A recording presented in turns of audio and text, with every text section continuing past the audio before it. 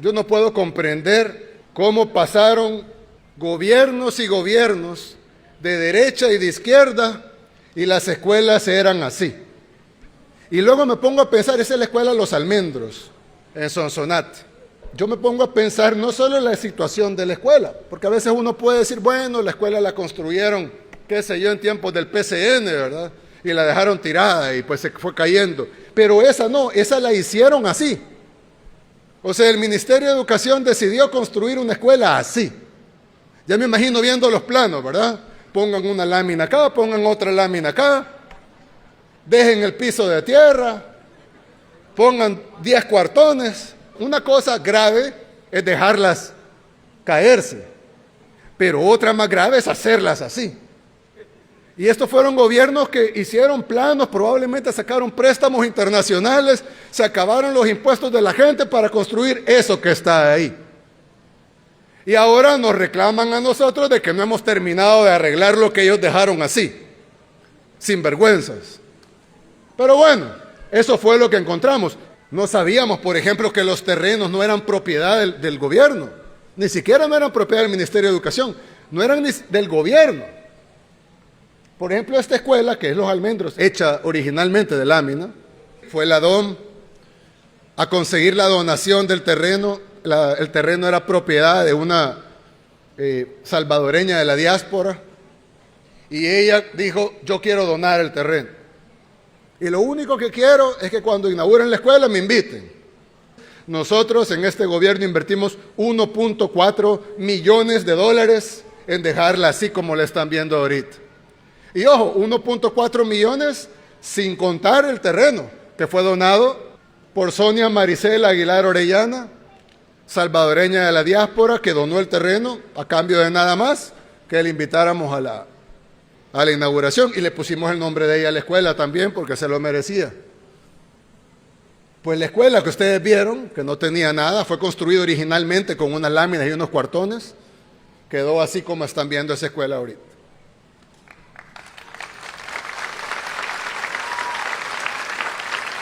Hay otro ejemplo, miren esta.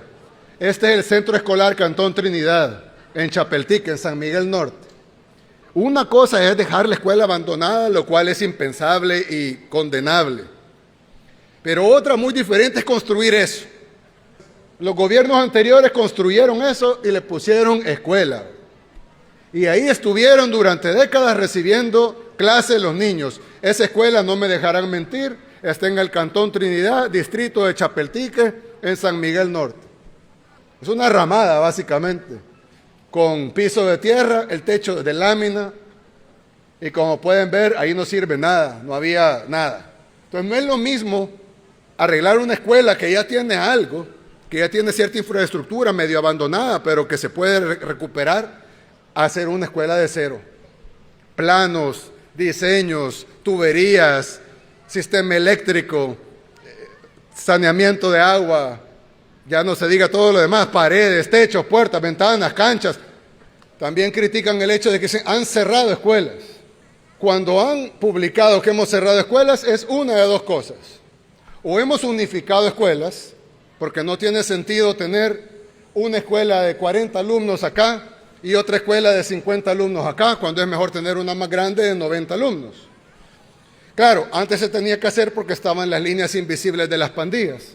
Entonces, esta escuela estaba en la zona de la MS y esta escuela estaba en la zona de la 18. Pero tener dos microescuelas en dos zonas cercanas no tiene sentido. Lo que tiene sentido es hacer una escuela con todo lo que los niños necesitan, así como esta que está acá, y ahora que ya no hay pandillas, los niños pueden ir a la escuela mejor que está a unos metros más. Yo he visto comentarios que dicen, sí, claro, el gobierno invierte en educación, pero solo en la educación escolar. A la UES la tiene abandonada. Ustedes han escuchado eso. Hay mucho, lo dicen en redes, la UES no le dan nada a la UES. Este es el gobierno que más ha invertido en la UES en la historia del país. Los gobiernos del frente le daban 100 millones de dólares a la UES. Los del frente, que son así con la UES, ¿verdad? Todavía responden a ellos. Y nosotros incrementamos el presupuesto a 130 millones de dólares, un 30% más. También no sé si han escuchado que el gobierno utilizó la UES de hotel para los Juegos Centroamericanos o para Miss Universo. Y es cierto, nos prestaron un pedazo de las instalaciones para esos 2 eventos. Pero a cambio de esos 2 eventos, aparte de los 130 anuales, invertimos directamente $52 millones para remodelar la Universidad de El Salvador. Y se construyeron 12 edificios nuevos, que sí los utilizamos en los Juegos y en Miss Universo, pero al terminar eso, que fue en el 2023, se les entregó. Y ahora ellos los están usando para clases, para oficinas, para laboratorio, etc. Se les entregaron 12 edificios nuevos. Nunca en ningún gobierno en la historia de El Salvador se había invertido tanto en infraestructura en la UES, ni tampoco se le había dado tantos recursos económicos a la UES. Les quiero enseñar una gráfica para comparar lo que se invertía antes en educación y lo que se invierte ahora. Son datos que tiene el Banco Mundial, son datos que tiene el BID, son datos que tiene el Fondo Monetario Internacional, son datos públicos e internacionales y validados por todos los organismos que tienen que ver con la educación o que nos han apoyado en esta reforma educativa que estamos lanzando. Y bueno, el promedio de gobierno de Francisco Flores, poco arriba de los $400 millones. El último gobierno de Arena, el de Elías Antonio Saca, no llegaba a 600 millones. Mauricio Funes, el primer gobierno del FMLN, 791 millones. El gobierno de un docente, él decía que era profesor, en su gobierno se invirtió $948 millones. Y luego en nuestro gobierno, en los 5 años que ya cerramos, el promedio es de $1.411 millones.